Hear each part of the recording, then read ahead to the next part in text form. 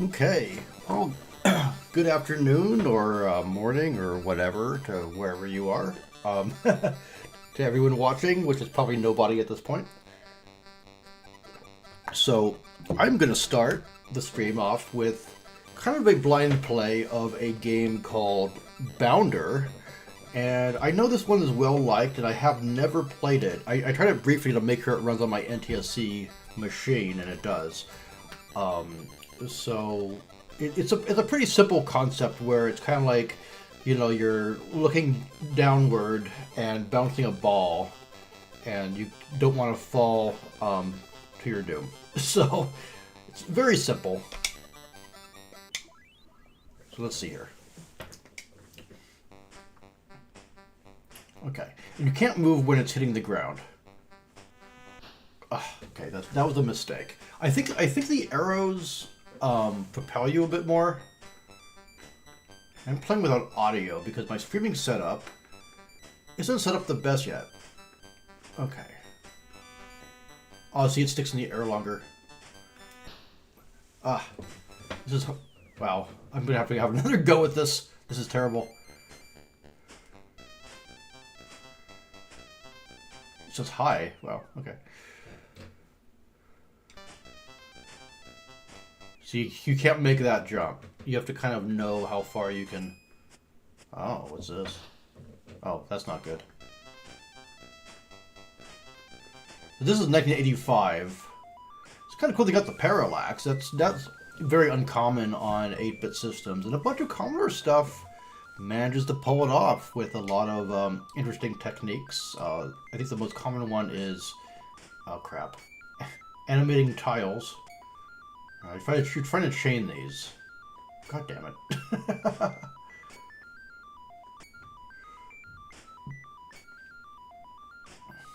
Oh. Oh, my test play did a little bit better. I'll have to try this again.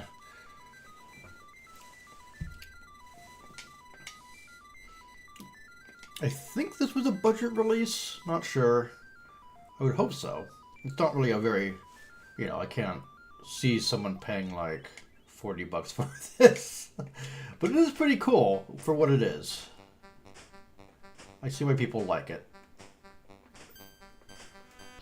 Oh man, I don't know what you're supposed to do there. Oh, that's all, folks. Okay, well, let's try this again.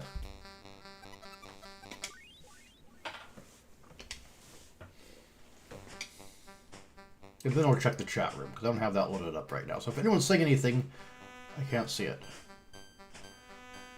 There we go. See, that's what you're supposed to do there. Boing, boing, boing.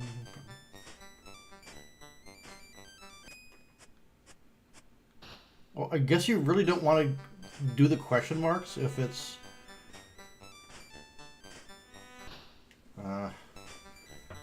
I think the same thing happened. Okay, well...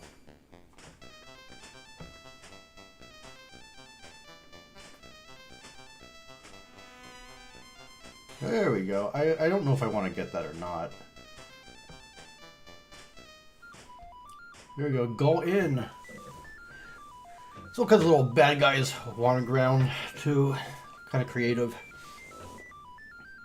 Reminds me of one of those, you know, games like, oh, what's the one on the Game Boy Advance everyone likes with the rotating stick? Like a very simple concept that I could see getting fairly... I hate the word addictive. But, I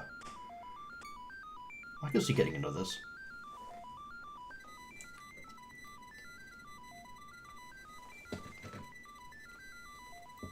God, what's the name of that game? Oh, man. It's another well-liked kind of obstacle course game. And you have like a wand that's always spinning.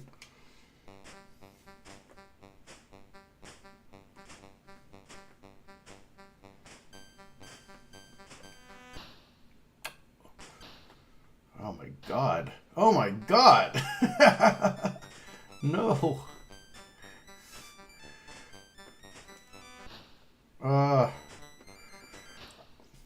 Oh, so are those raised? The brown? I think you have to actually... You can't move over them. You have to do like a L shape. That's what that is. Okay, let's... One more time. One more go. Actually, let me check the chat room. Oops, just turned off the monitor.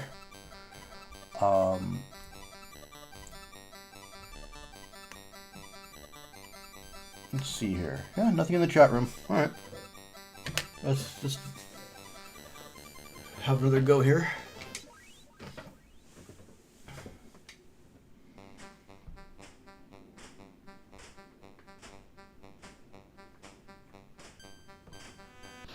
Oh my god. Yeah, that's not good. Oh, I didn't quite make it.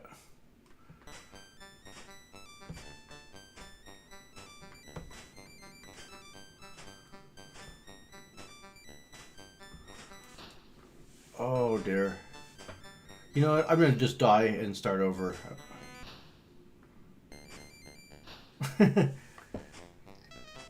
Okay, let's try this. There we go. One more time. One more go.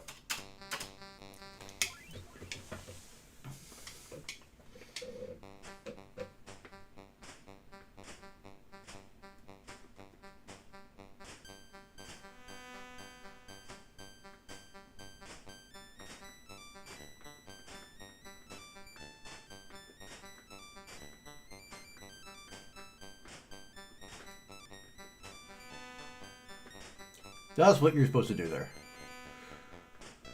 Alright. This is going a little bit better.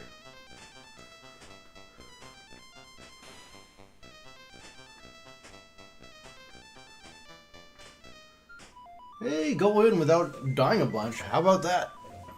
That's something.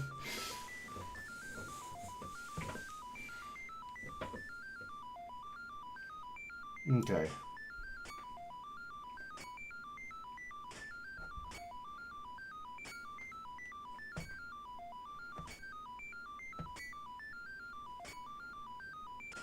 Ah, missed the last one. Alright. Well, whatever.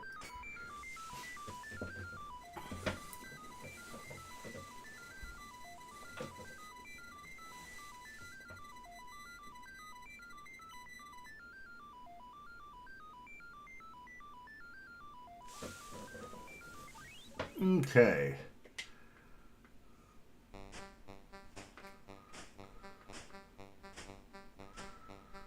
Okay. What do you... So I don't think the button does anything in this, right? So, like, I don't know what you're supposed to do there. Oh my god, it's getting difficult.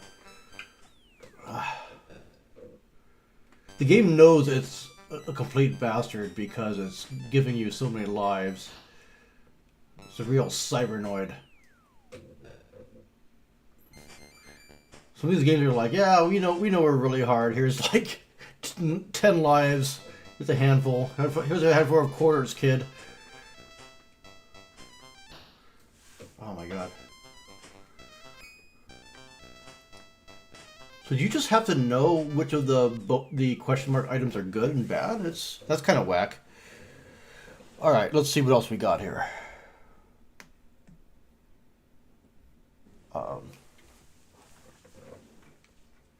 was gonna play. I actually have the real cartridge here. I was gonna play some Spy Hunter. That's a real nostalgic one for me. Take out the Ultimate and put it in the cartridge. Whoop.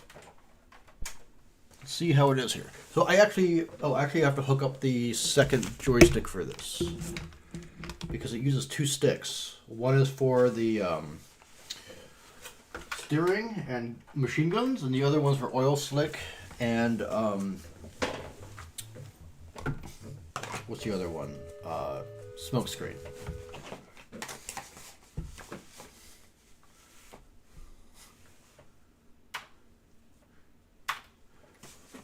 And I actually grew up with this version. This was one of the first games we got for the Commodore because I loved Spy Hunter in the arcade. And I still do. That's my favorite arcade game. So I'm going to steer this smiling Cyclops car.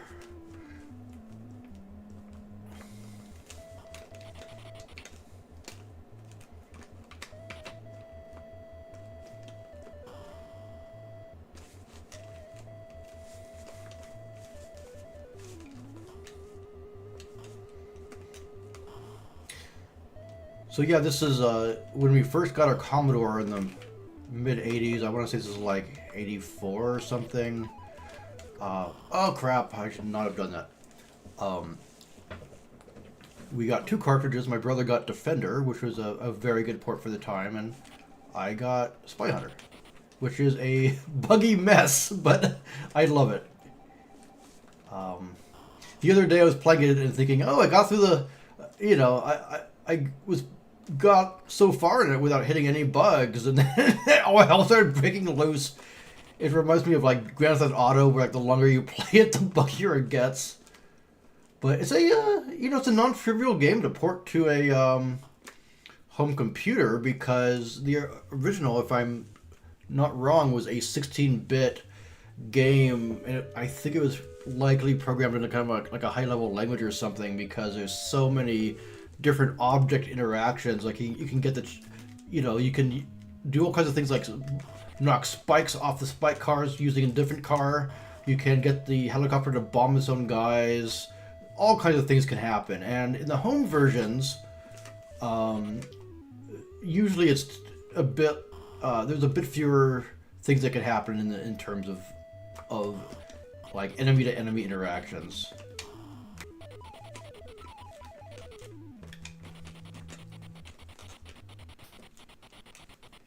In this part, you don't have to care about civilians, so you can just like mow them down.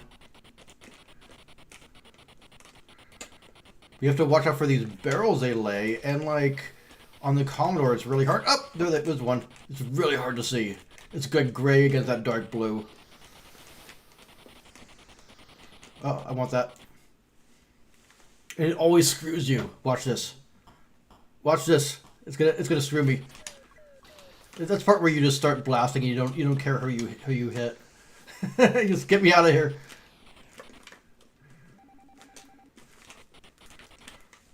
There's a lot of inertia in this too, where the arcade one was interesting. It used a very simple kind of bumping mechanism, kind of like bump and jump, where it's like you hit a car and then for so many seconds afterwards it's going to be like recoiling the other way before it can control itself again. And that was it. This goes for like a, you know, like a real drifty kind of floaty inertia thing instead. Which is more complex physically, but it's not as good for gameplay. But it works, you know. I'm sure this conversion was done real quick. Just, oh, crap. Just like everything from US Gold. Yeah. I love it. It's like, this version reminds me so much of just like billiards. It's so goofy. So fun. I'm gonna get the what's that? The fried egg. I'm getting the fried egg. That's that icon on the weapons van. I don't even know what some of these cars are even supposed to be. Like the spike cars don't even look. What is that even supposed to like? They've done such a terrible job on some of these sprites. This is almost identical, by the way, to the version you get if you are on the Atari 8-bit, like the Atari 400, 800, you know, all those. The chopper's always scared off by your van. Here you go. We got oil slick. Oh, come on. Oh, you jerk. Yeah, everyone's really stupid. Hunter, I love it. Oh. Ah. Oh, no. No, I knew that was going to happen.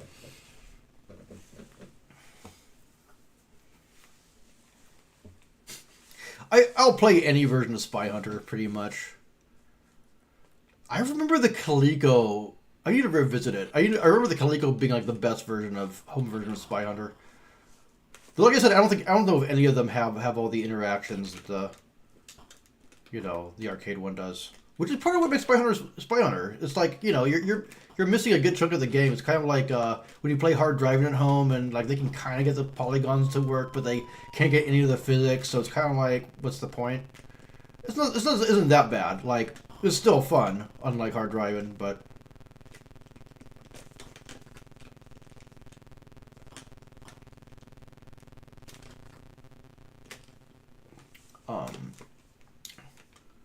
But yeah, in a different universe, I think they could have done a really great version of Spy Hunter for this. Goodbye, weapons van. Oh.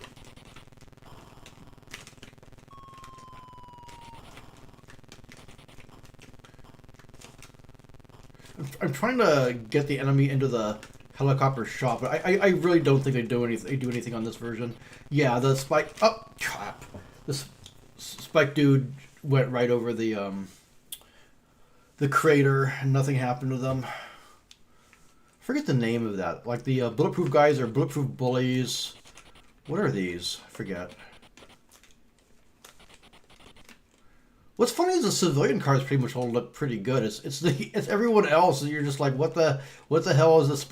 Like is that a oh crap! It's bridge out. Well, let's try this again. So I finally got another cartridge of this a few weeks ago, where when I was a teenager, I had dismantled my Spy Hunter cartridge. And I was playing it on the raw PCB, just put that into the Commodore, and then I lost the PCB, so, and then the price went through the roof. I found one with a bunch of Actiplaque on the label, and that's fine with me, because that's just going to happen to every copy eventually anyway.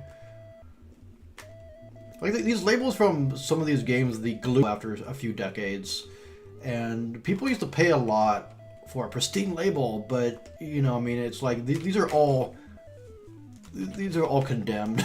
these cartridges. It's going to happen to every last one. There's no point trying to get the one with the perfect label, because in a year or two it's just going to look the same anyway. Some people reprint labels. I don't know if I like that. I got like a fishing derby off eBay, and it had like a redone label, and it looks nice in the box, but I don't know. I'd rather have a messed up vintage label these days, and I don't know why, but I guess because there's, you know, it's like a proof of authenticity too. Especially with some of these systems that just have like bootlegs everywhere, where, you know, at least if you get a bashed up cartridge, you know it's real.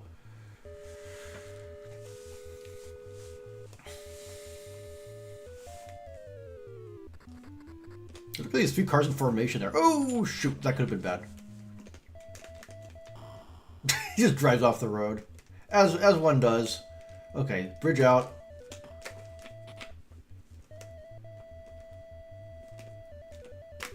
I still think it plays a pretty decent game of Spy Hunter, just despite itself.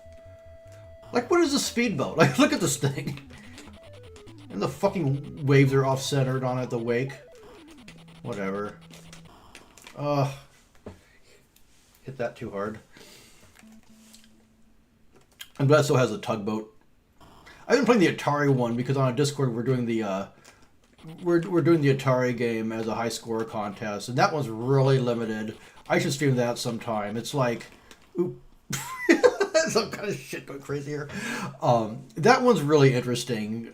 They took a lot of shortcuts to get that to even work, and it works for the most part. Like it's you know, they oh, what the fuck? There's an island in the middle of the the return thing, but at least this time it's dropping me off in the right place. Okay, cool. We got missiles. I like that this has the icons at the bottom of the screen, unlike the NES one. Like that, the NES one is really, I don't know. I think I'd pick this over the NES one. They both have their problems. The NES one controls really weird. It does kind of capture the speed a bit better. Bumping feels almost like the Atari one, where there's like no inertia of any kind, pretty much. And then it doesn't have the weapon icons, which is such a bummer.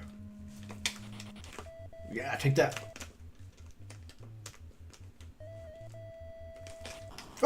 Oh man, I meant to accelerate and I just veered onto the grass instead. Your ass is grass. Alright.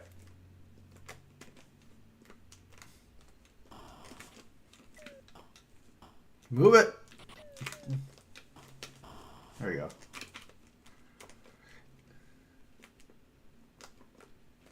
This we can trigger some more bugs. There's kind of stuff like your car will just appear and just explode sometimes.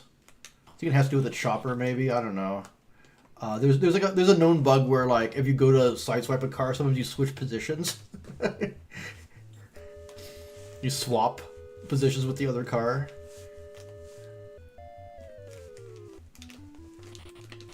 Oh, that could have been bad. I made a little, So this game originally came with a little plastic tray to put 2 Atari sticks in, because you use the second button for, the button on the other stick for the other weapons. So I made a new one using cardboard, and it's working pretty well. I tried it for Robotron, and it wasn't quite sturdy enough for that. Let's see if I can get the icy roads here. I gotta at least get the icy roads. I was playing this yesterday, and I just like racked up like a dozen lives. Oh, they got the... Oh my god. Sometimes there's just more inertia than you think there's going to be on this too. Alright, let's pull off here.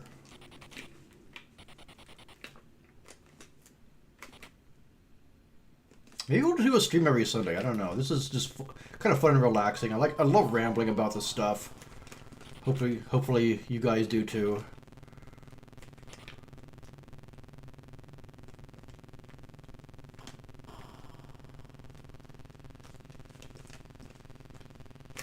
Well, they kind of avoid everything, don't they? Come on. Yeah. In the arcade, that would have like blown them up. Alright, let's get out of here. Let's get that fried egg. Fried egg coming right up. Oh, come on. Let me in. There we go. Oh, no, it's going to drop me some stupid place. Yeah, it dropped me on the road, which is, like, terrible.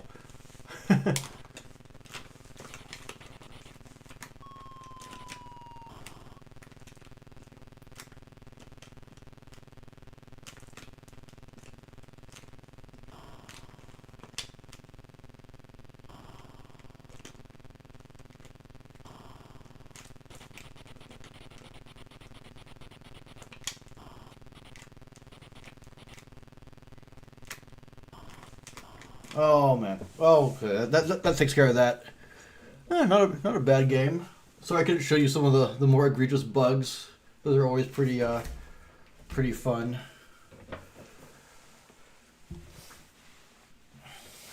Well, I was gonna put in something really interesting, and that is Hunter's Moon.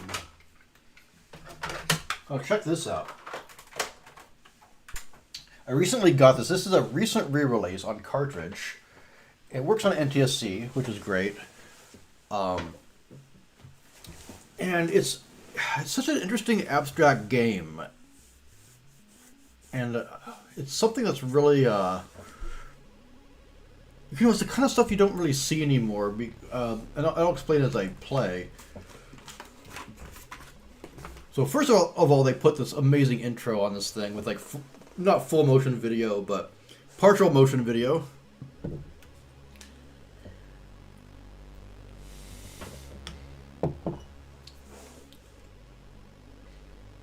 Oh, check this out. This is really crazy. Look at that.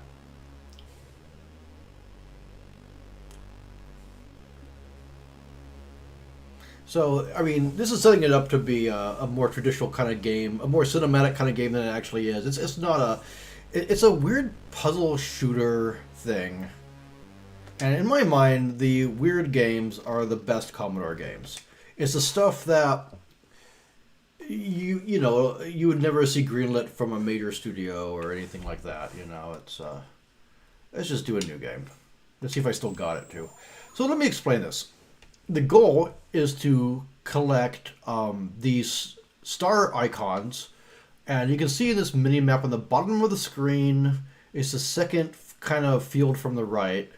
You see these like 4 gray dots, and then you see one that's blinking, and the one that's blinking is the one you got to get. And most stages later are going to have multiple, of course. And you've got these guys that are building these bases, and they follow these simple patterns where it's like, it's kind of inspired by a spirograph, where it's like move so many spaces and then turn, then move so many spaces and then turn. And they create all these weird bases out of just that simple thing. And you can tell that this game was a game made by someone obsessed kind of with cool algorithms in graphics and things, and just the fascinating, I'm getting all tongue-tied, but maybe he had a spirograph thing and was like, how do I make a game out of that?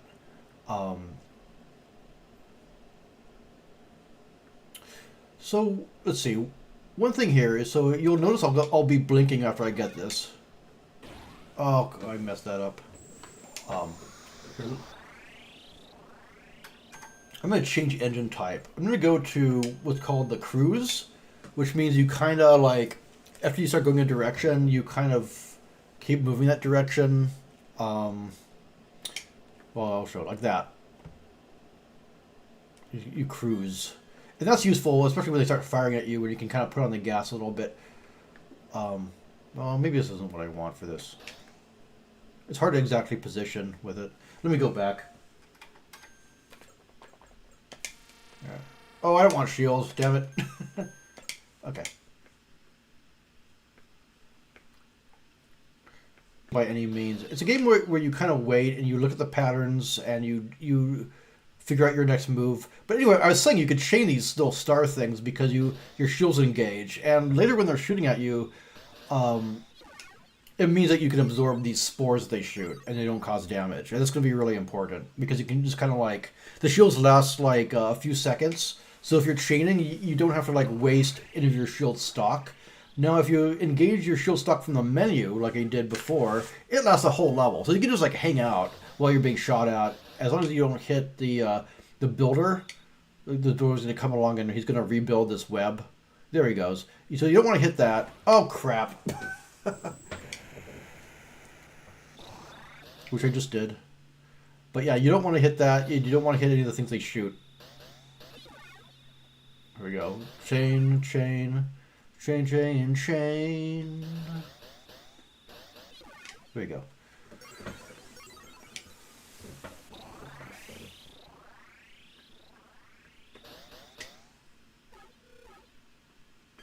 Oh crap, what am I doing? I'm being clumsy. Your ship's control is a little bit clumsy too. I don't know how much this is intentional. It means that you have to adopt a pretty different play strategy. You can't just like see a bullet coming and then just be like, "Oh, I'm gonna dodge this on reactions." Like, no, you're not. You can shoot it down. You can shoot easily different directions.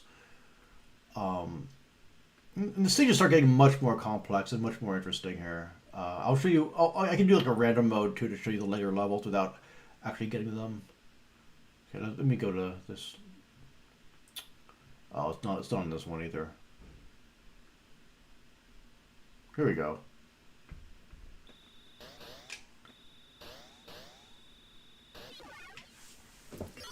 Prepare to enter subgame. Okay, so this kind of trains you a bit for the later levels where you will have to shoot down spores and stuff. Everything's only 8 directions, right? So that does give you like kind of some... There you go. These are different every time too.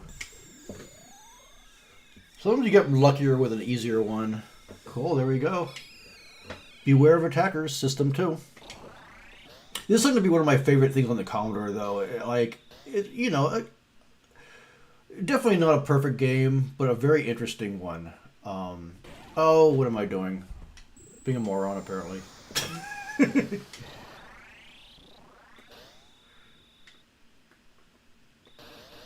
So you can shoot these spores down all day, as long as they don't... Oh my god. It's like you gotta pay attention to where they constructed the webs before, because you know they're gonna come along again at some point to rebuild that.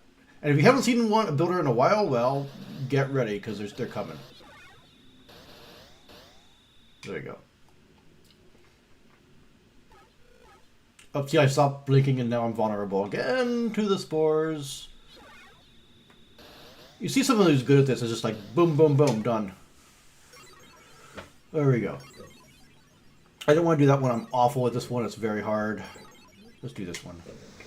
You can only move through the star systems that you've already, or the planets or whatever that you've already finished. Oh, see, if I had waited, you start blinking and you're like, okay, I got a time limit to get to the next star, basically, before I'm vulnerable again to these spores. And you don't want to rush, though. You know, you want to take your time. Like, I'm pretty safe here, I think. What? Yeah. Oh, nope. Nope, I'm not. Sometimes you can find a place where it's like, because they can only shoot in 8 directions, you're pretty good. And they only start shooting once they're, like, powered up. Once the thing has traveled over them to a certain degree. But, okay, let's try random courses. There we go. You can select between FX and music. I like the FX more than the music. To me, the Commodore is like has this, you know, with a game like this or Paradroid, the sound effects from the Commodore are so cool, and they're atmospheric, just kind of on music at the same time. And the music on this is very good, but it's not exactly what I want for. I feel like this game uses an algorithmic soundtrack to match the algorithmic visuals. Here we go. Here's a random ass stage. It builds these like really complicated. Oh, that's gonna kill me. All right. I wasn't sure if the hitbox was big enough. Okay, let's try different. This is like throws all the levels into a blender and just picks random levels for everyone, which means that you might wind up. Oh crap! You might wind up with a really hard, hard one, or you might wind up with a really easy one. You don't know. Okay, we got that one down. I'm gonna engage. Oh, I couldn't reach my Commodore keyboard in time. Let's see. I'm gonna say I'm gonna engage shields here. Might as well use that. Right.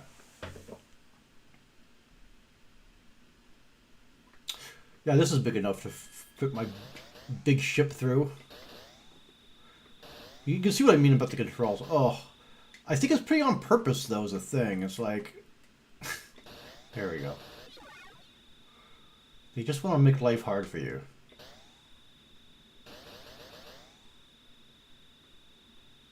Another one. I just think it's interesting how these things will construct these elaborate bases. And there's a level editor, I can show you that too, where it's like, you don't build these shapes by hand. You're like telling it how many spaces to turn and how many to go and loosely what the behavior is, and it just builds them. And that's the cool part of this game. And if it doesn't sound good to you, then you won't like it. It's not a... You know, if you're like, oh, I was expecting a really cool shmup, like, well, that's not this. So yeah, I think you can kind of blow. I think oh, I was gonna say I think you can blow up some of the solid blocks using the dark blue ones. Like, watch as I shoot here. Yeah. Okay, well, I'm gonna put the shields back on. I think every level, you start with a pretty full deck of shields, and then...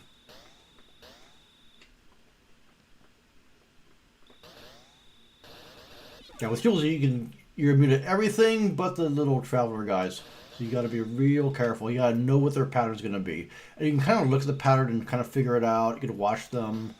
There's one thing about the shields is you can use the shields to just kind of like hang out and watch the patterns be built and be like, what if I attack from this angle? That's really what you have to be doing.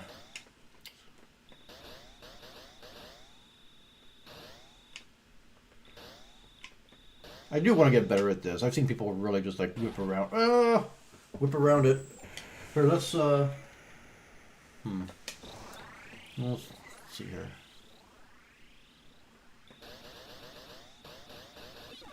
Okay.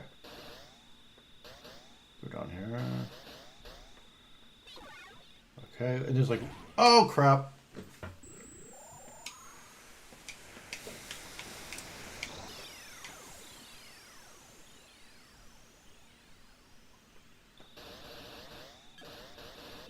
These have been kind of devising a strategy on this. You can do this, and you can get this one. Oh, crap. Don't hit that. There we go. See, I got it before it timed out. I do think the game would be better with more precise positioning, but, you know, that's just me. I don't think you have to be able to turn on a dime, but... Because kind of like Time Pilot, where in Time Pilot, you know, you avoid shots by changing your angle very slightly. You don't have to, like...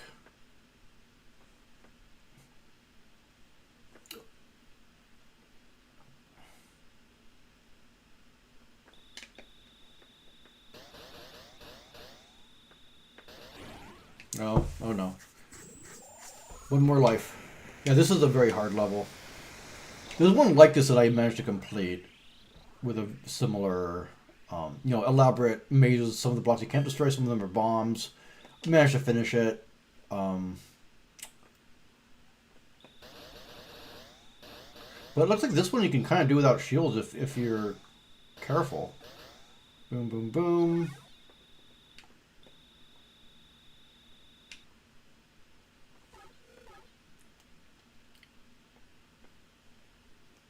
See, and then you got this guy in here, and then you're like, well, how do I get that? You gotta be careful about the spores. Oh, here we go! And I'm dead. Because I'm not being careful enough. Hi, Vince. Welcome to the stream. Yeah, this game's really, really kind of cool.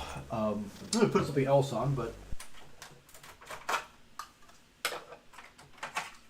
Going back to the Ultimate cartridge.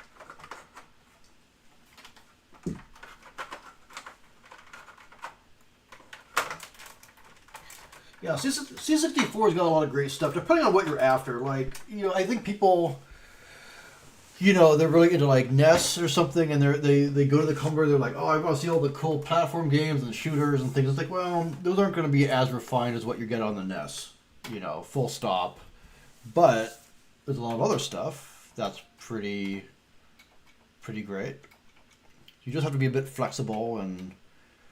some of the best Commodore experiences are either the classic arcade games or the really in-depth stuff like strategy games and just the offbeat stuff and puzzle games and RPGs and, you know, the stuff that takes advantage of the architecture. You know, this thing's got a lot of memory for the time. It has as much memory as a Sega Genesis. Though it has some drawbacks, like you got to pretty much fit most of the game into memory, which is limiting, but...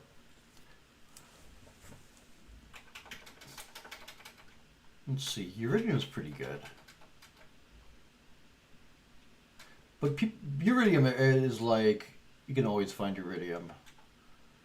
Let's see here. Those are the breakdance games for the Commodore. Those are kind of amusing, but I don't really know how to play them.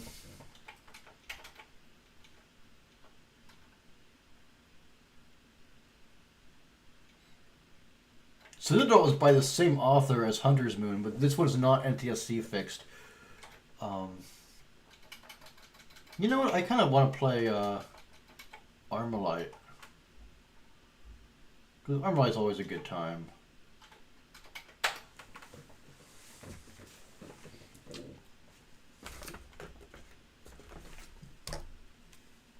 It's a fairly traditional side-scrolling shmup.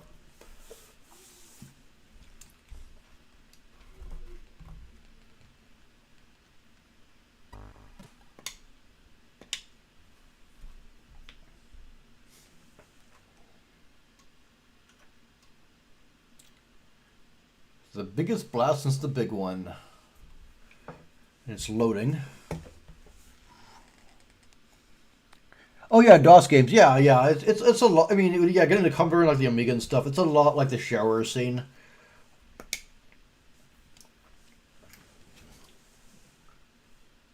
I guess enable. I think the games tend to be like it's somewhere in the middle between shareware and like the really polished stuff you got from Japan in terms of quality and refinement and stuff. Some of these games. Somewhere in the middle.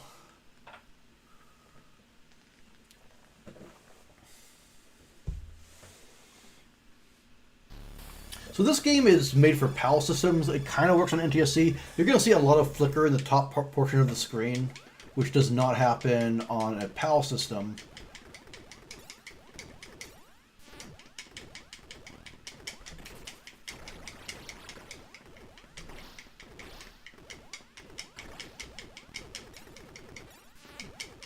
Oh, I didn't want that. I wanted the, oh, whatever.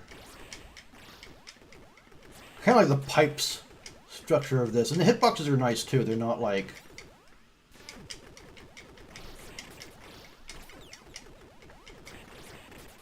They're not too big.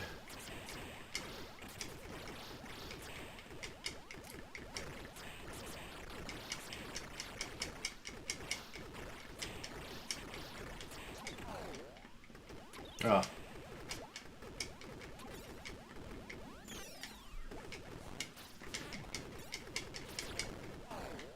I'm doing terrible.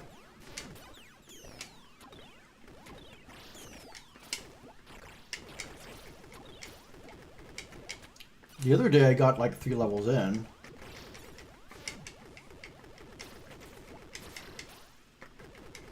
These aren't too spongy in this either, which is like, it's not... You know, a lot of times when I think of Euro shmups, I think of stuff that takes way too many hits or whatever, but this game does things pretty right, I gotta say. And you got that super weapon if you hold down the fire button that goes through walls. It all works pretty nicely.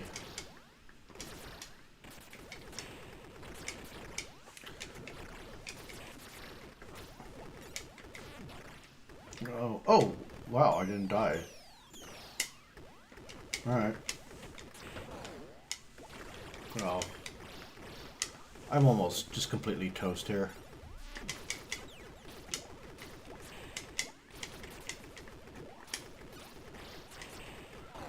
Oh dear. Well,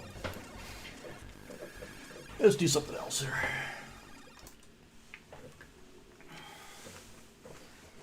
What if we do... You have the outrun is kind of amusing. It's not great.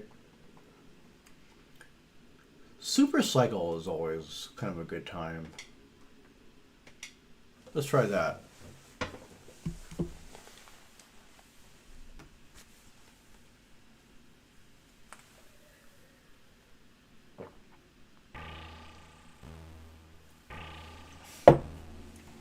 Okay.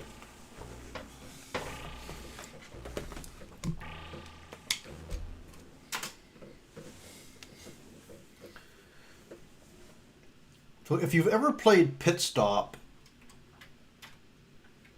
it's very much the same, especially Pit Stop 2, except it's motorbikes, and it's kind of like Hang On. It's not a very hard game. But once you get into it, you can kind of beat it pretty easily. Which also reminds me of Hang On the Master System, where it's like, once you get the grips with the basics on that, you can just like loop it all day. But, yeah, Super Cycle. Is this... Oh, this is going to be joystick 1 here. Alright. Let's do level 2 at least.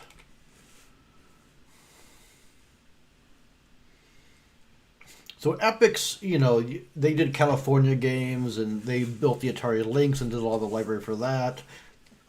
Impossible Mission, which is a Stone Cold classic. If you go way back, they did Jumpman on like the Coleco and a few other systems. Which I would never really clicked with that much, but people like it. You got 3 gears.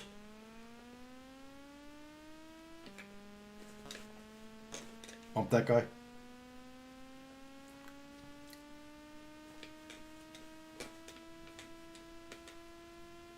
I like how fast this game is.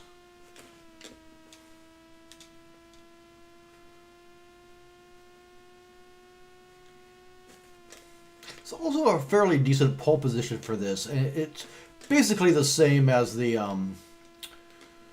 Atari 800, 401. This has a bunch of the Atari soft stuff that's like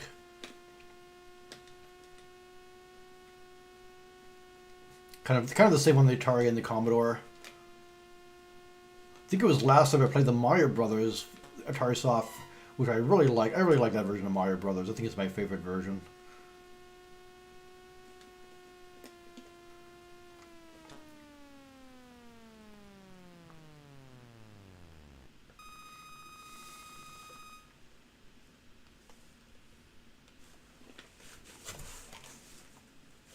Course 2. I might be able to go through the whole game today. Let's see. It can get really hard if you die because people will run into you if you're going too slow. So you can kind of pull for the side. It's not my favorite racer for the Commodore, but it's, you know, as close as you're going to get the hang-on it. There's a super hang-on port, but the less about that, the better.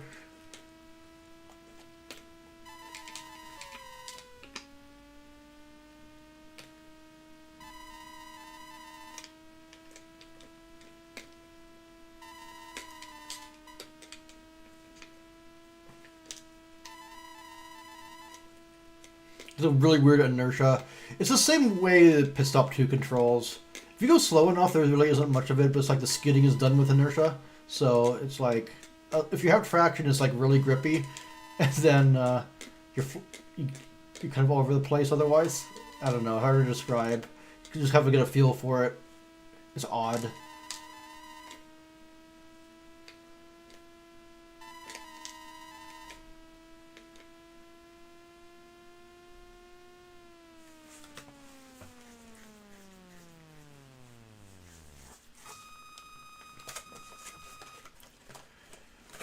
What I remember on this too is that if you can amass a lot of extra time on the early tracks, you're pretty set.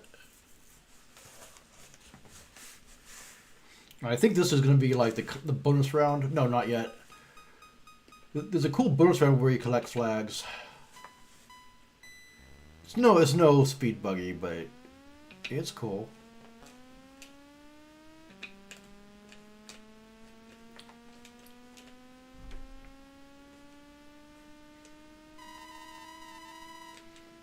I do wish it had a two-player mode like Pit Stop did. That would have been a nice addition.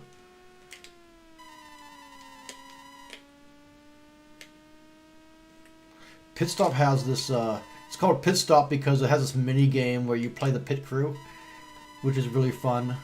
I think it's actually more fun than the actual racing. It's really cute.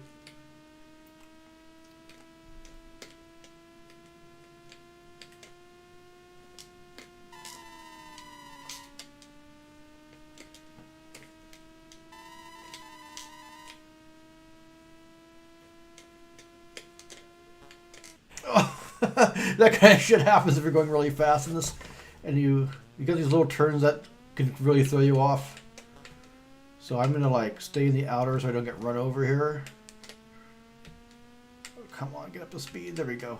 With doing fast enough, you're solid, but until then you're vulnerable. There we go. 22 seconds remaining. It's not that tight. Like a game like Outrun is like the clock is so well measured. I don't know. It's hard to describe, but there's a tightness that's not. It's not here. Doesn't mean it's not fun, but it's a pretty limited game. Yeah, here we go. Hit flags for points. I do like it that it changes it up. Pretty decent amount of different scenery. I don't want to be in high gear. How did that happen?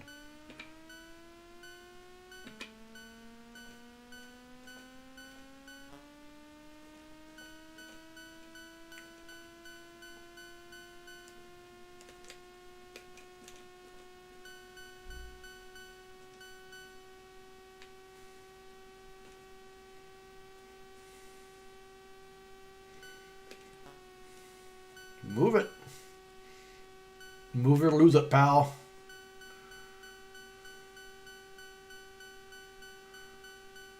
How fast this is. It's so ridiculous.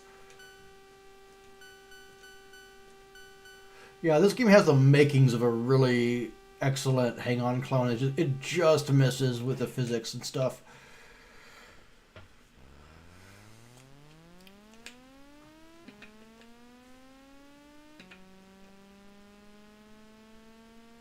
From what I remember, even on hard mode, it's not really a very tight game. Like, look at that, 28 seconds left. I think in the Sega games it maybe capped more? Not sure.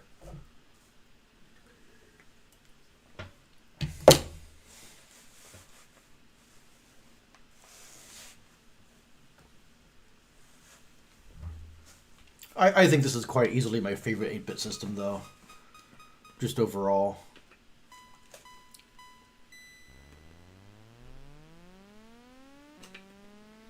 Sometime I want to do a Sci-Fi Trading Company stream. It's a, you know that game FTL that came out a while ago? It's a little bit like that, where you kind of cruise through space and these different events happen, and you have to make these tactical decisions. Very Star Trek. And it has this really cute character art, lots of personality. Very hard game. But it was one of my favorites when I was a kid. I just have to relearn how to play it, and maybe I can actually beat one of the scenarios.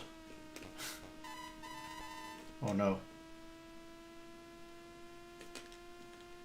I think it will crash you if you stay in the construction zone here.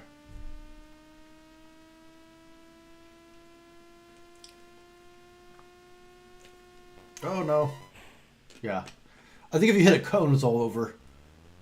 Was it hitting the cone or hitting the pothole? I don't know. Oh man. Here's where I die. Mister, this game's too easy.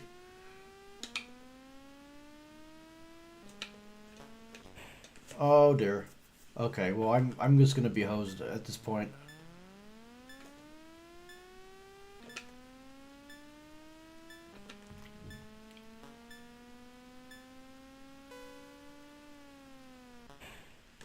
The end.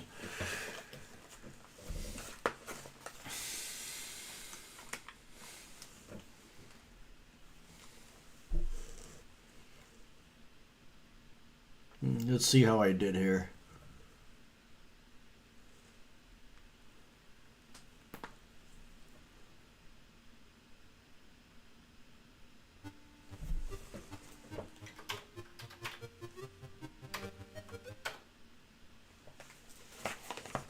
I mean, the real way to play this is you try to keep beating your high score, so I should really just like let it save, and I always reset them because I'm impatient. So let's see what else I got on this here. What else we got? Oh, the pole position I was going to show everybody. This one's cool. There's a second track on this one. The first pole position only has one track. Pole position 2 has 4. 1 just has Fuji. But the home version, they added an extra track in, which is kind of cool. But we're just playing the default. There we go. And yeah, it's crusty. Look at this. Like, you know. Like, steering is all laggy and weird, and say nothing of the curve being a bit odd.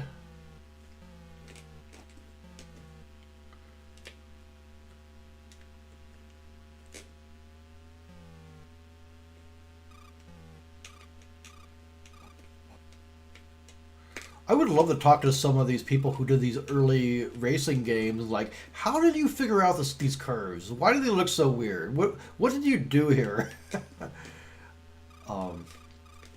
The funny story, the story I heard from, what was it? It was Night Driver on the Atari, which has just the world's oddest road. It just doesn't feel. It just feels like you're driving in a nightmare.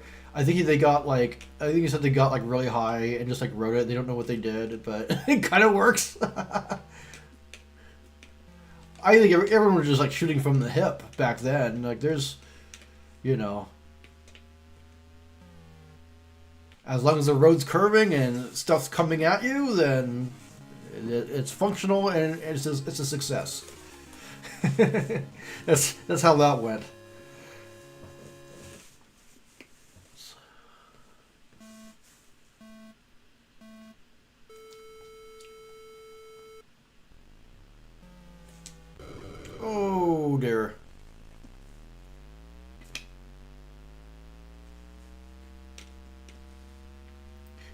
This is another one of those arcade games I played a lot in the arcade. There's no way to really play pole position at home. Like, there really isn't. A lot of these games suffer, even on MAME, because they didn't use a wheel with a limited range. They basically use a paddle. And there's not a great way to replicate that. It's kind of like trying to emulate like Super Sprint or Super Off-Road, where like half the fun of it is like spinning that wheel, and like getting that kind of control out of it. And there's just like, nothing at home that Road Blasters is like that. Though I think it has a limited range, but it's still like hard to emulate right. Speed Buggy. A lot of these, if you're gonna do them on MAME, you kind of have to use a mouse, which is like meh. It just feels kind of wrong.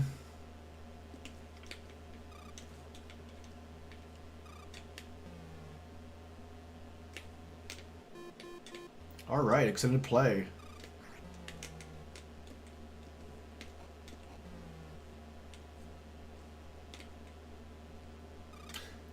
But pole position was such a big deal in the 80s. Like, I mean, arcade racing games were basically just pole position until like Daytona and Ridge Racer, basically. Maybe Hard Driving, you know. But, I mean, if you look at, like, Outrun is basically still pole position. Super Monaco GP is basically still pole position. I don't think Super Monaco GP is as good as pole position. I think that game has the physics feel completely whack. It just, like, the road is, like, throwing you way off. It's like, here's a small curve, and you just, like, fly off the track. It's no Vroom or Dumark F1, I can tell you that.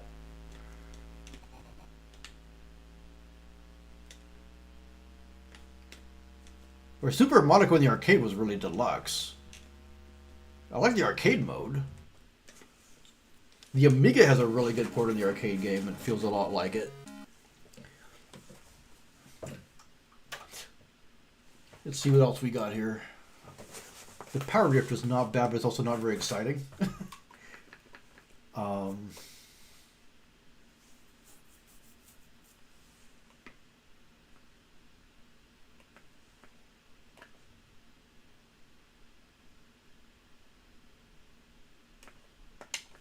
This is an Eliminator.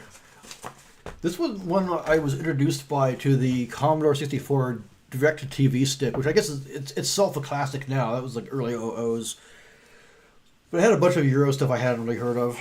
And way better than the execution. But it's still pretty cool. This is another way too much inertia game. Unfortunately, but it's like half racer, half shoot 'em up. Great soundtrack. Like, listen to this.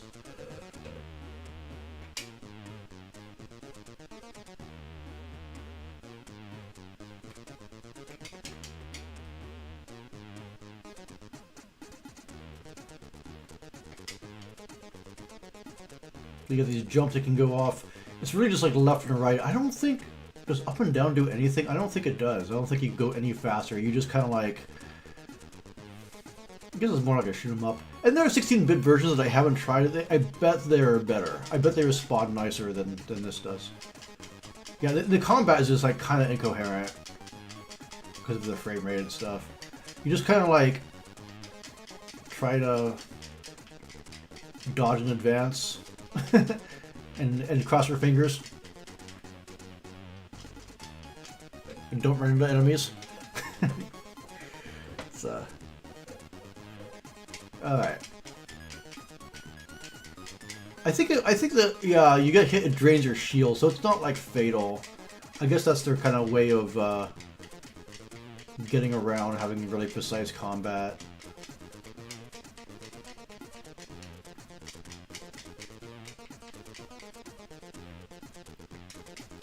Again, it would have another game that if you didn't have any inertia, it would have been definitely an improvement. I don't know why Western devs, just in general, are just like really fond of adding inertia to everything to make it kind of feel more realistic. Like if you're a programmer, like I'm sure it seems like the right thing to do. You know, it's like, But in practice, it just makes everything kind of feel like you're underwater. Here we go. Now we can actually hit shit.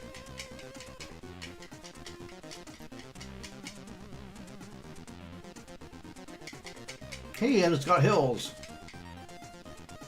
This is a fun game though, because you're just like cruising to this funk soundtrack. The trouble with the other versions, they don't have the soundtrack. Like they have, I think they have some music, but like you get this like really long funk jam by Jeroen Tel on this one, Maniacs of Noise, and it's like you don't get that on the Amiga. Cool. Got a refill of yellow, whatever yellow is.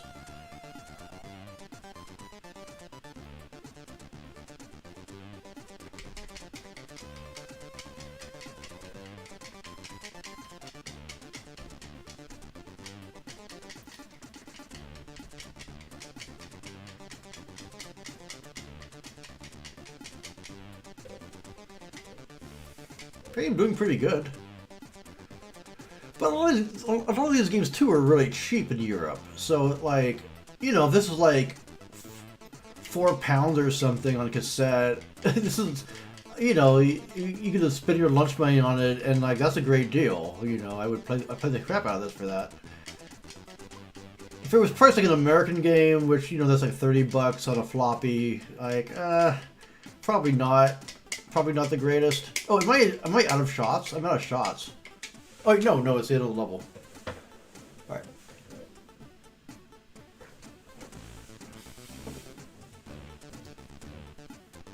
Oh, so that's your armor, the red. I should play this more. This is a cool one.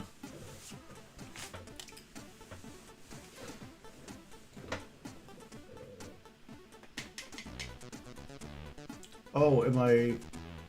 Oh, you you sink. That is water. All right. Oh god, and I lost my power-ups. God damn it.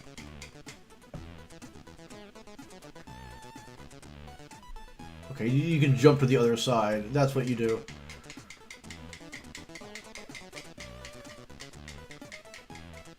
Ooh, that's not so good. That might be game over. Yep. Yeah, there you go. That's Eliminator. Not too bad. Not too shabby. Oh, I can enter my name.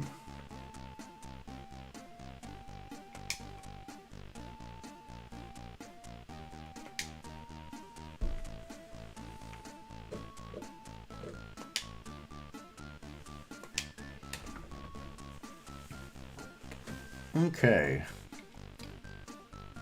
It is 1:18. I'm going to take a quick break. I'll be right back.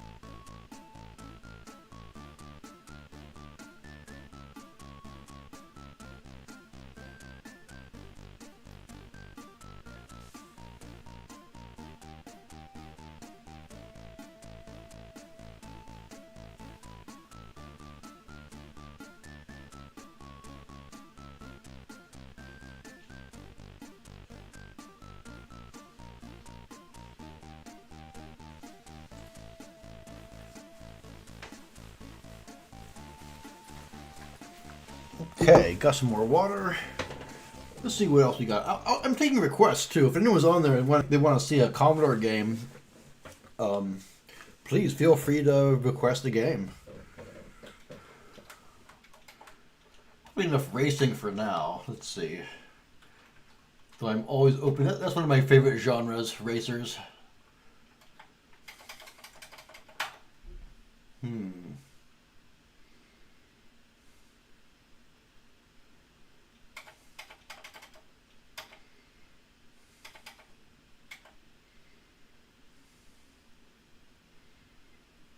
Archon is always pretty good.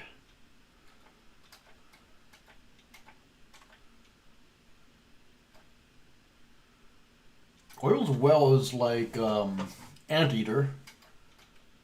I might try that again. I don't know if I remember how to exactly play it though.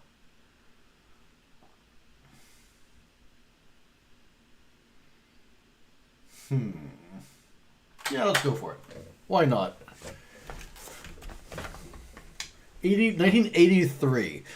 One thing about the Commodore is how early it was. This is a machine that's from 1982. Wow, why was this not... Is this loading?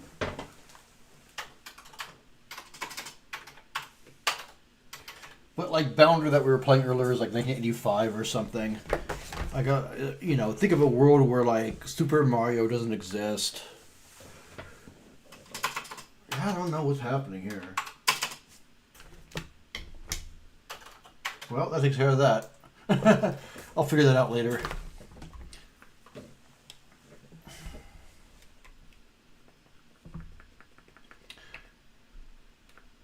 Always Solar Fox. That's a great one. I kind of want to see, let me just do the Miss Pac-Man. Why not? I'm always curious how these turn out. Oh, wrong stick. I already grabbed the pellet. Oh, shit. Alright, you're gonna play that way, huh?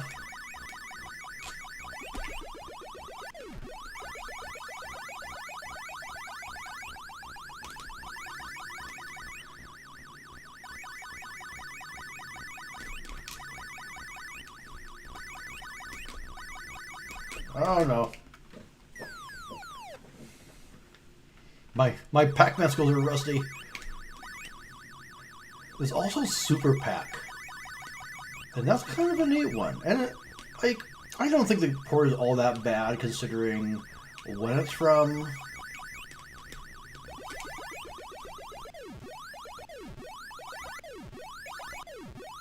Here we go.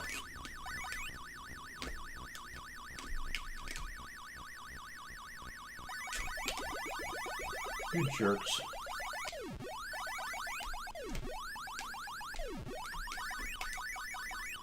Okay, I'm warming up. I'm warming up.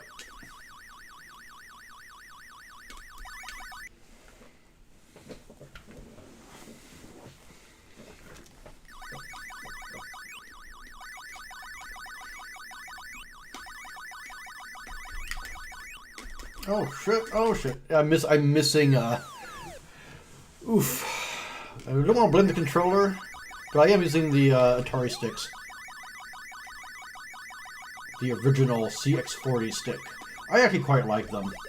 I got the new one, with the new ones that's Bluetooth, and I quite like it. I don't know. I feel like these are actually really good sticks. They don't give you a lot of feedback though.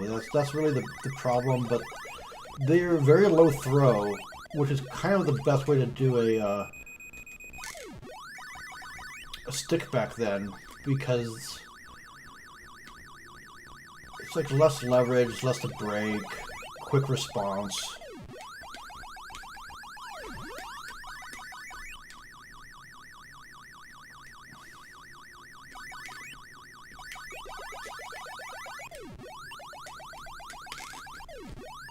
Alright, this is clear.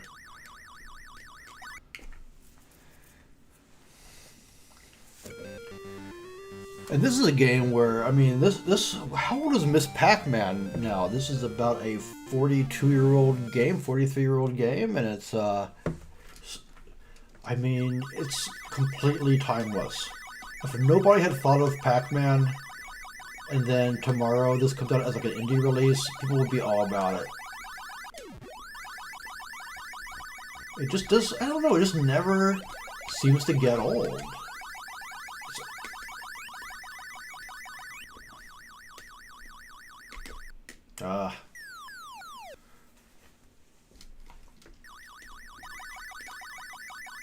You know, in gaming, when things go obsolete so quick, you know, it's some of these early classic arcade games have just held up remarkably well.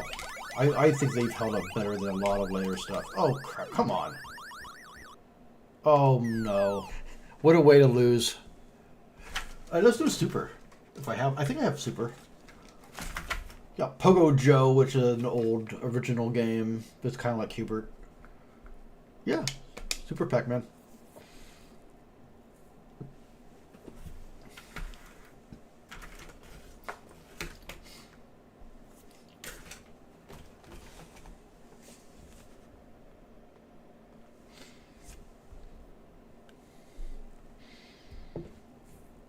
If this ever loads. Did I because there's an instant load on here. Let's see. If I go here, oh, here we go.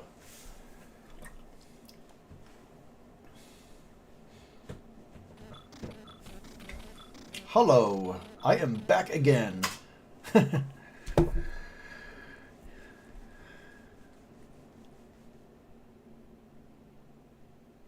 Hello. I think it's loading.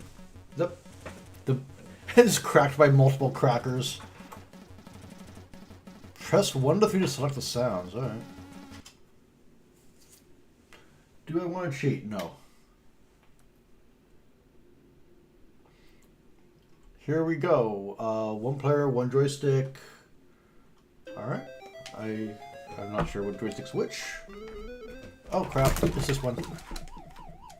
Why does this? I don't remember this running so fast. This is interesting. I'm gonna have to A/B this with the arcade game now. But maybe this port is as bad as people say. They put little eyes on the spare lives too.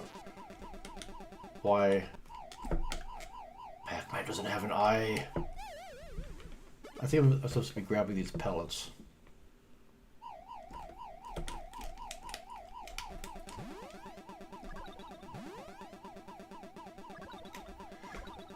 I would say, though, at least you get to play Super Pac-Man at home, because there aren't very many ports of this. This game is like a big flop. Oh my god, it's so weird.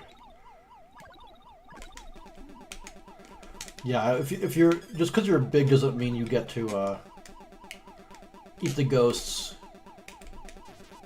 It means you get to eat the doors, apparently.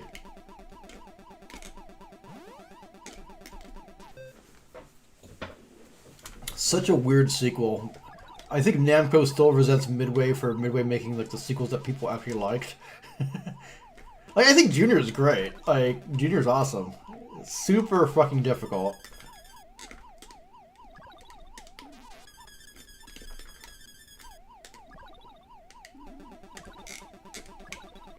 Oh my god.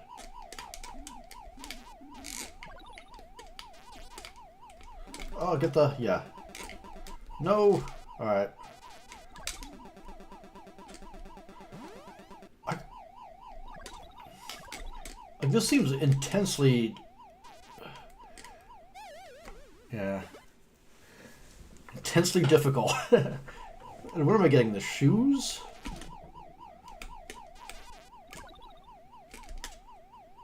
You jerks!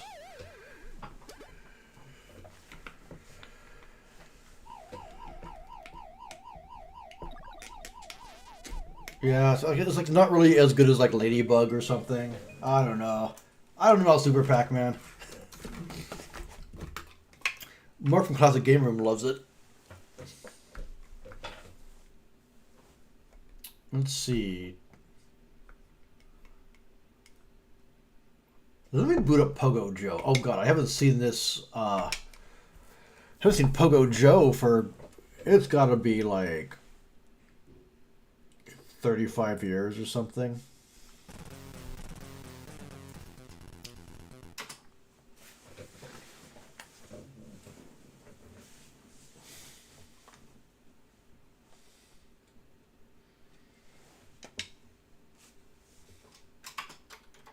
Oh. Play with Infinite Joes, ignore the monsters, play a normal game, yes please.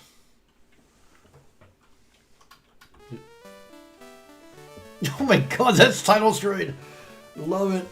Oh, it's so bad, but it's so good. Based on a concept. I thought it said based on a comic for a second. No, based on a concept.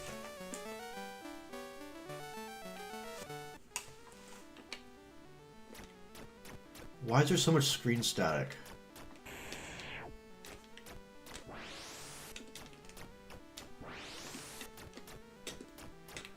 I don't understand how to get to the other... God, this control's so weird.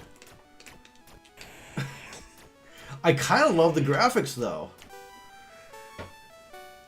What is going on in Pogo Joe? I remember someone bringing this over on, like, when, like, back in the day, you'd have these, floppy disks, and these games were, like, really small, so people would just, like, copy, like, 5 games to a disc, and this was, like, one of those.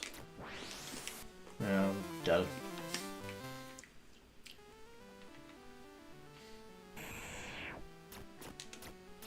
I already used, like, the energizers or whatever the equivalent is here, so that's good. I guess it's kind of like, yeah, I mean, it's their take on Q*bert. I like how the levels are, like, all kinds of irregular shapes and things. It's not like Q*bert where it's the same every time. So how do I get up there is the question. Oh, you can kind of skip if you hold down the button. Okay. I'm gonna try this again.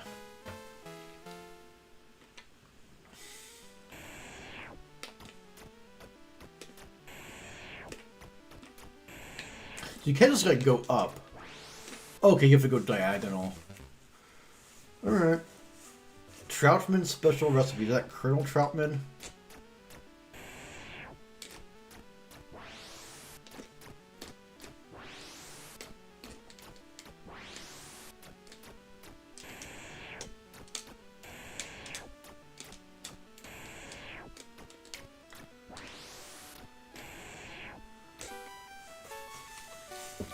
It's not bad. Pogo Joe's not so bad. Look at this goofy dude. I love how big all the characters are. And actually, that's one thing I really like about systems like the Commodore or the Atari 7800 is that on the Nintendo, everything is higher res, but the cost of that is that don't have big sprites, because big sprites cost you. So a lot of times on the Commodore, you've got stuff that just takes up more of the screen. It's more colorful. It's bigger. It's bolder. It's blockier, but that's the trade-off. But I kind of think a lot of those systems are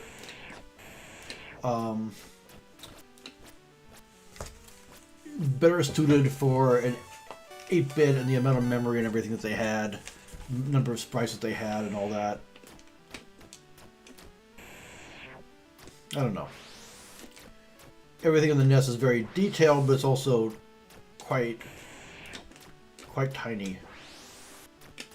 Oh, come on, dude. There you go. Oh, no, don't do that. Ah!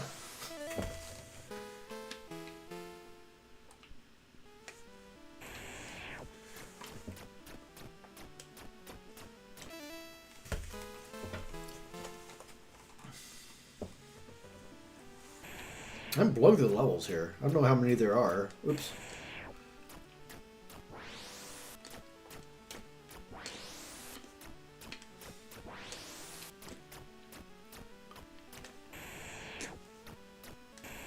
I'm not sure how I kill the enemies. Seems like if you maybe have eyelid on them first and... Oh. Joe's 0. Yeah, that's kind of cool. You know, I don't know if there's really a reason to play it in 2025 rather than Q*bert, which is just tighter. In fact,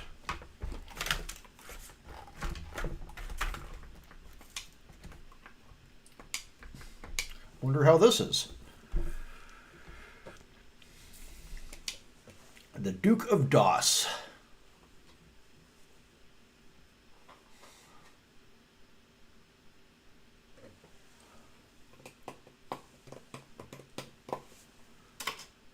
It's going to load forever, isn't it?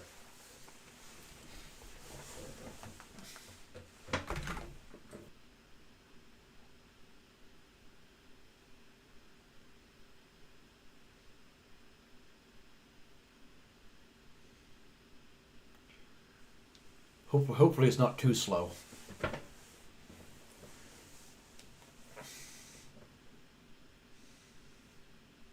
There we go. That's a Parker Brothers one. Oh, okay. It's got the intro. Oh, that's a little choppy. Let's see what we got.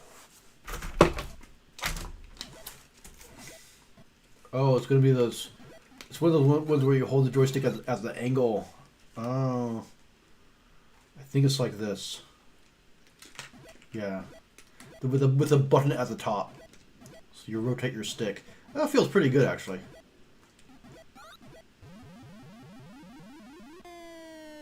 Okay, you know, if I had this back in the day, I'd be pretty happy with it. This seems pretty good. Better than the Atari one. I mean, that was oops. That was the yardstick, right? Was like, is it better than what you had on your Atari? Yes.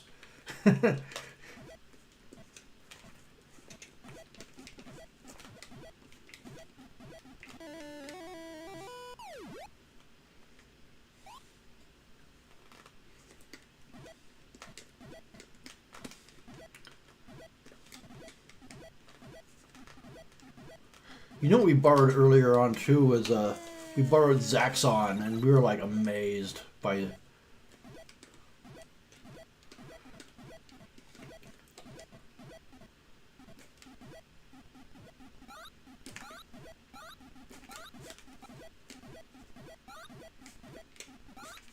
Oh, come on.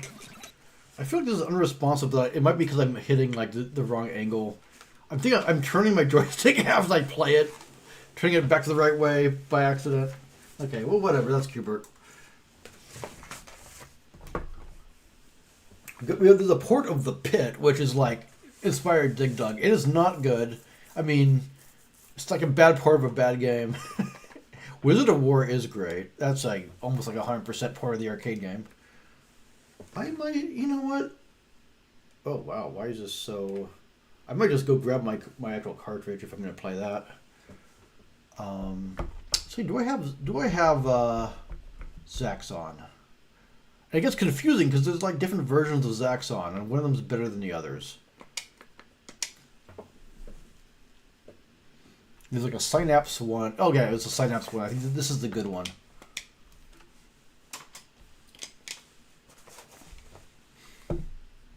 I have a cartridge. I think it's Super Zaxxon.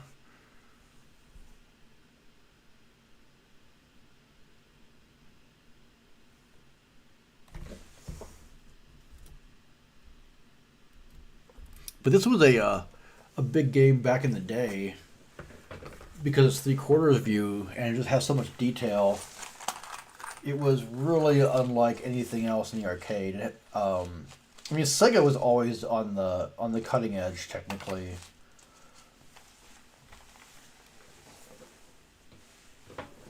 They had a Buck Rogers game that was basically proto Space Harrier. You look at the enemy patterns in that and tell me that's not Space Harrier.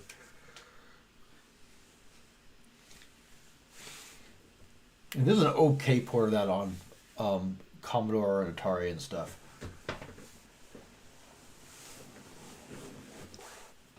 Yeah, this is still loading. That's one thing about the Commodore. It's such a slow loader. They actually messed up the design. It was supposed to be a faster drive. Like the Apple loads way quicker. The Atari loads way quicker. The Atari 800. The Commodore, though, was really affordable. Like the Atari 8-bit debuted in like 79 at like $1,000. Something like that. Commodore was like $300. And it, you know, about 3 years later, but it, you know, it's pretty damn impressive what they pulled off for the price. And you know, we're sitting here playing games, but there's a lot more you could do with the Commodore besides games, and that's really what makes it a home computer. You can do music on it, do art, make your own games, whatever.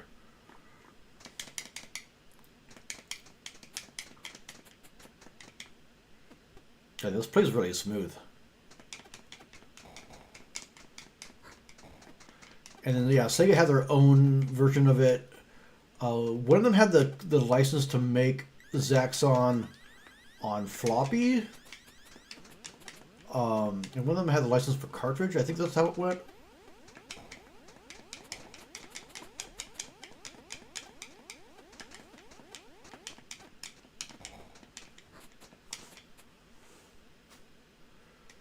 The space part I never could get the hang of.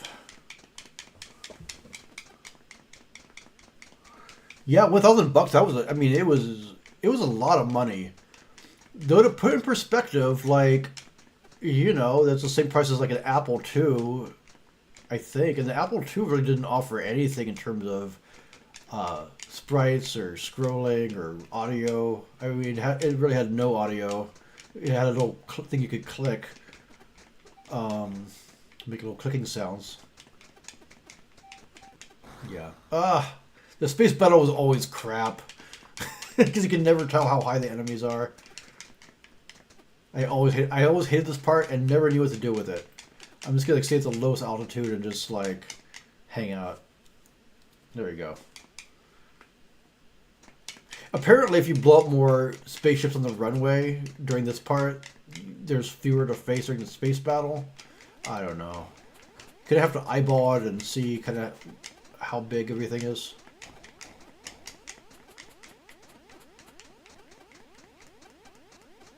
I think Zaxxon's still a pretty fun game.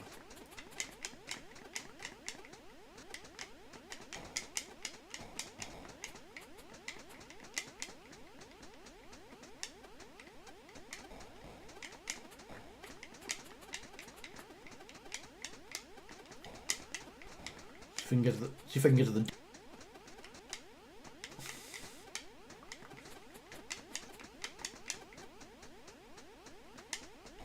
Is my fuel not counting down? This might be cracked. There we go. Look at that robot. Look how high res that is. Wow. Am I hitting him? I don't know what to do with this guy. I don't think I've ever got this far in the arcade. Yeah, he just shoots that little homing thing at you and... Alright.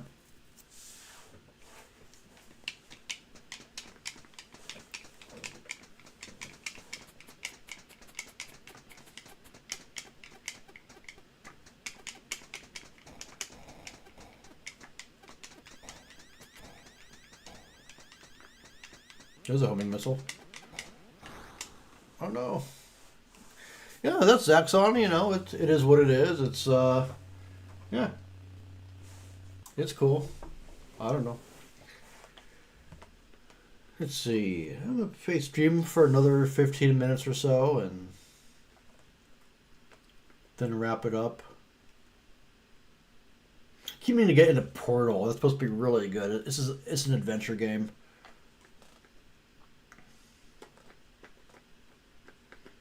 What do you have for platformers here?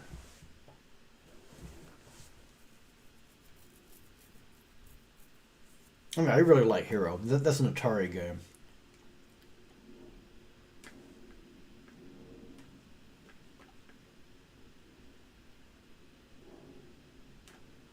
But yeah, let's do H.E.R.O. Why not? Good stuff.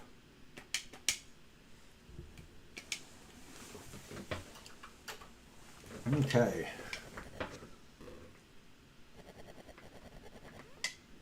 I still think the Atari one's better. I like all the different colors that it does. It's very, very nice. They try to really up the detail in this, and this kind of looks a little messy. I don't know.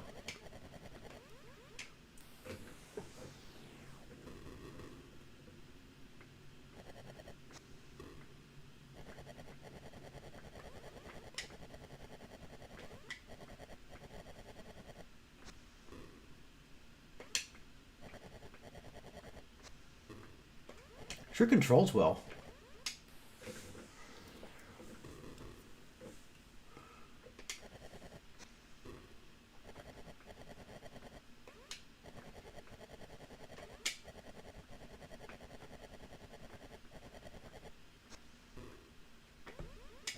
Oh no. Wasn't careful enough around the spider. Now the lights are off. Looks like I hit the lantern.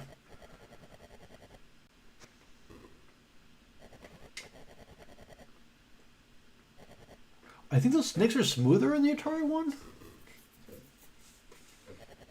I don't know.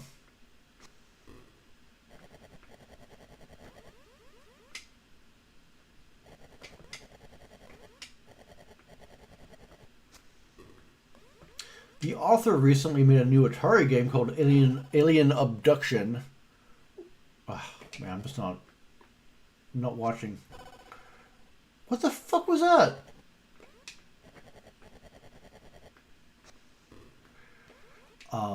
And that's pretty good. I need to spend more time with it. I don't know if it has the magnetic simplicity of H.E.R.O. is a thing.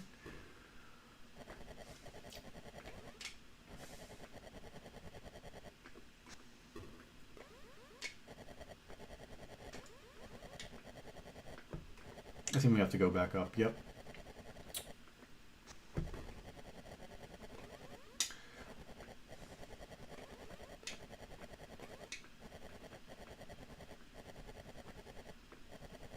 Oh, come on.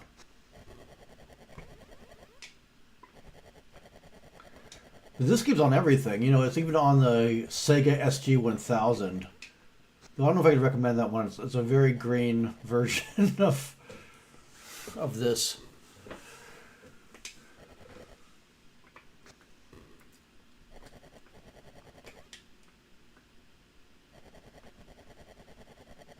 Yeah.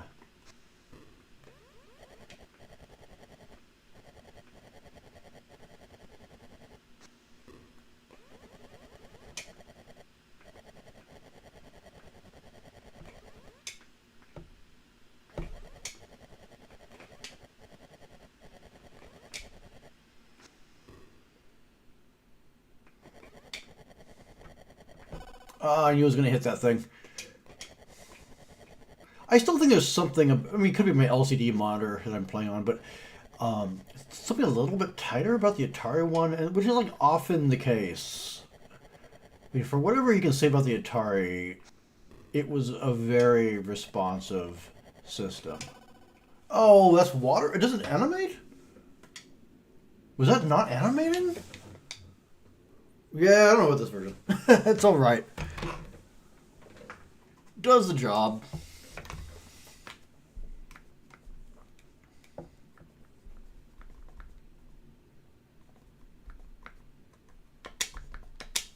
Now, Pipe Dream is something else.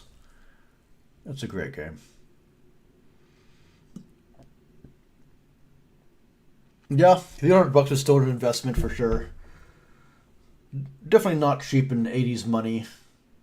Though by the mid 80s and late 80s, you could get a Commodore for a pretty good price. But yeah, if you want to get when it debuted, then you'd be out some buckage for sure.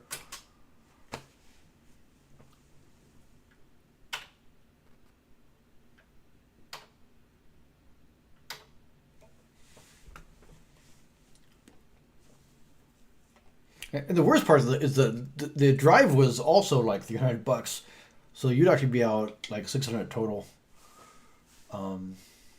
Because we didn't get tapes over here, and cartridges died pretty quick, and I really wish people had made more cartridges, but you know that's how it goes.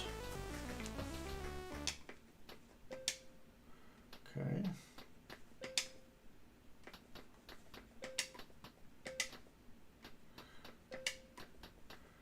Now in this, you try to kind of... Oh man, I don't know. I'm gonna already die.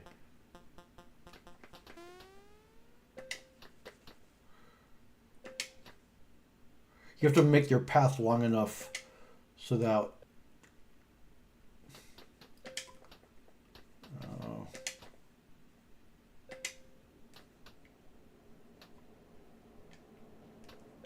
I don't know. Let's see. Maybe. Oh, you know, I should have put that. Let's see if we can cross that here.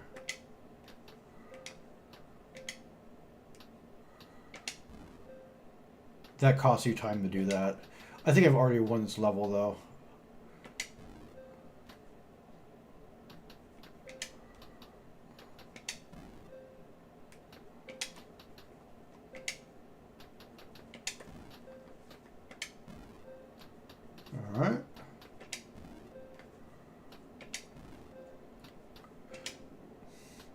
This is before. This is a puzzler before Tetris.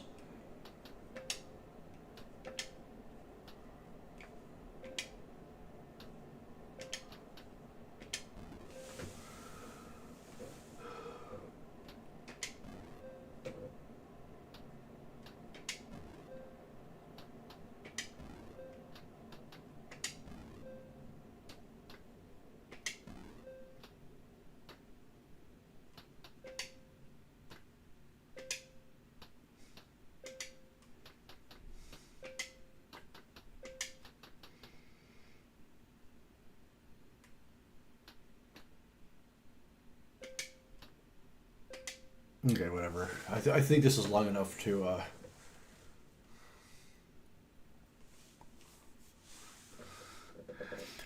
Hey, Rorvik's Rad Reels, how's it going?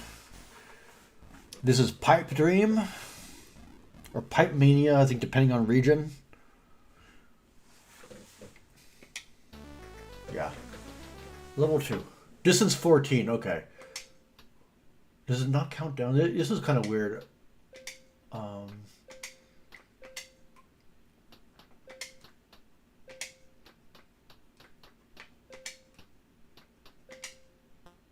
Wait a minute. What did I just do?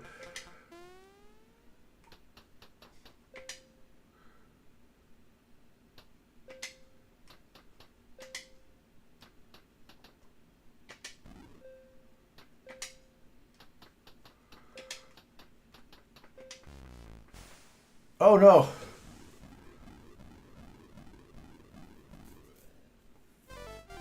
Yeah, I didn't meet the correct distance for this. So it has D08 and it counts down. You have to get to 0 and then everything else after that is gravy. Alright. It's always Chip's challenge. That's probably gonna load all day. One more game.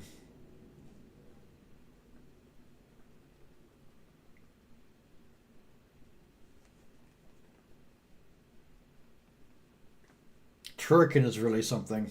Don't feel like it right now. That's a longer play than I really want to do at this point.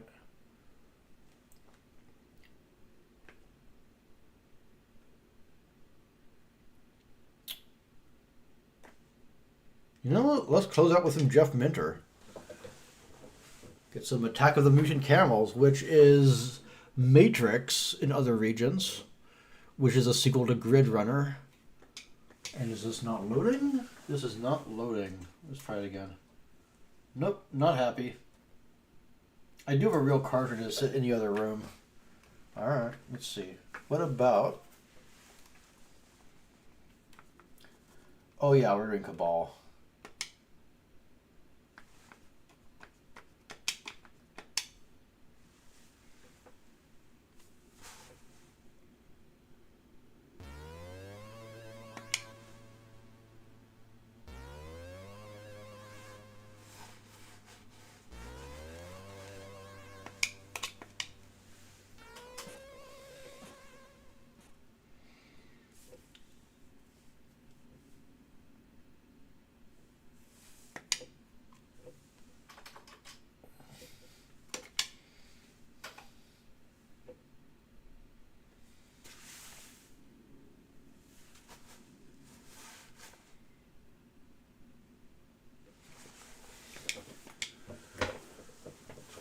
Here we go.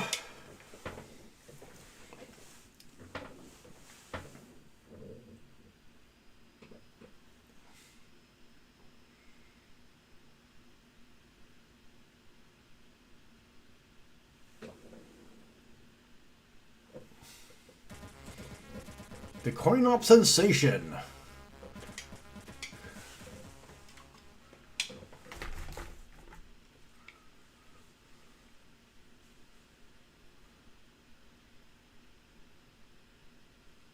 Okay.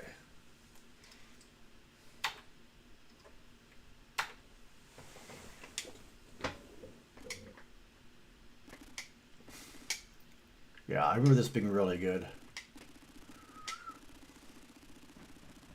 Could you like destroy everything here?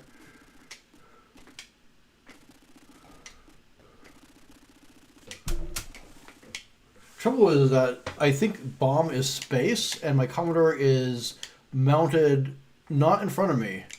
It's not really that big of a deal to whack the space bar if it's in front of you. If it's not, good luck. I'm doing terrible.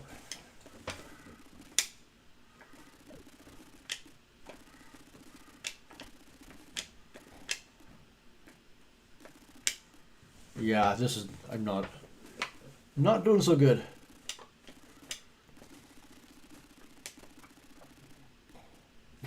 Okay, let me give this another go. That's what I need to be doing. Yeah, I think I'll have to do this some other time when the Commodore is moved so that it's in front of me. Wait, no, it does a second button. Wait, hang on. This will work. So I got my Spy Hunter tray. Yeah, still hard as fuck.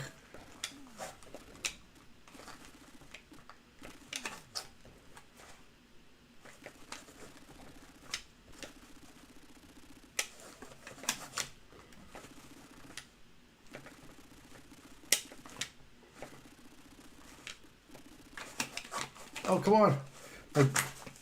My joystick's getting, man, this thing I made for the joystick's not working. Hang on. Wow. I'm not prepared for the stream. Hang on, give me 1 sec. Gotta fix something here. Alright.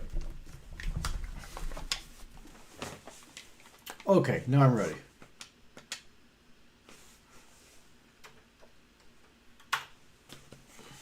Okay, let's do this.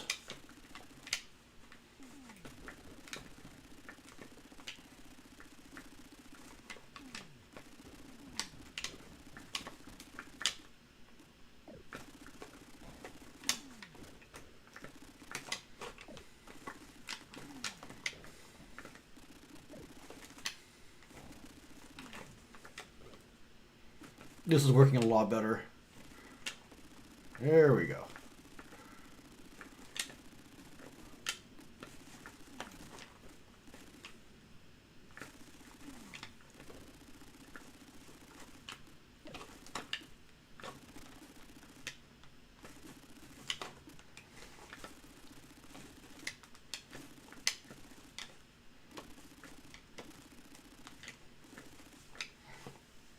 He doesn't do the dance in this version, though.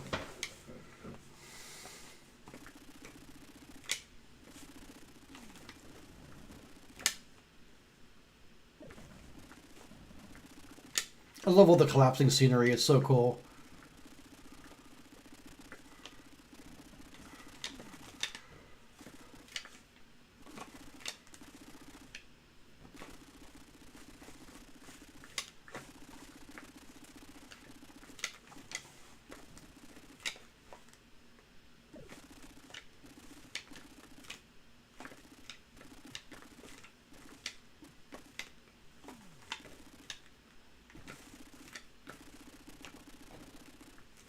Oh no.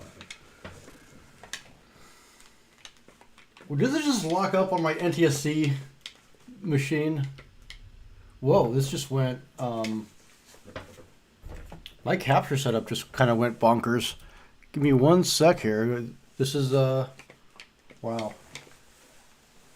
Really?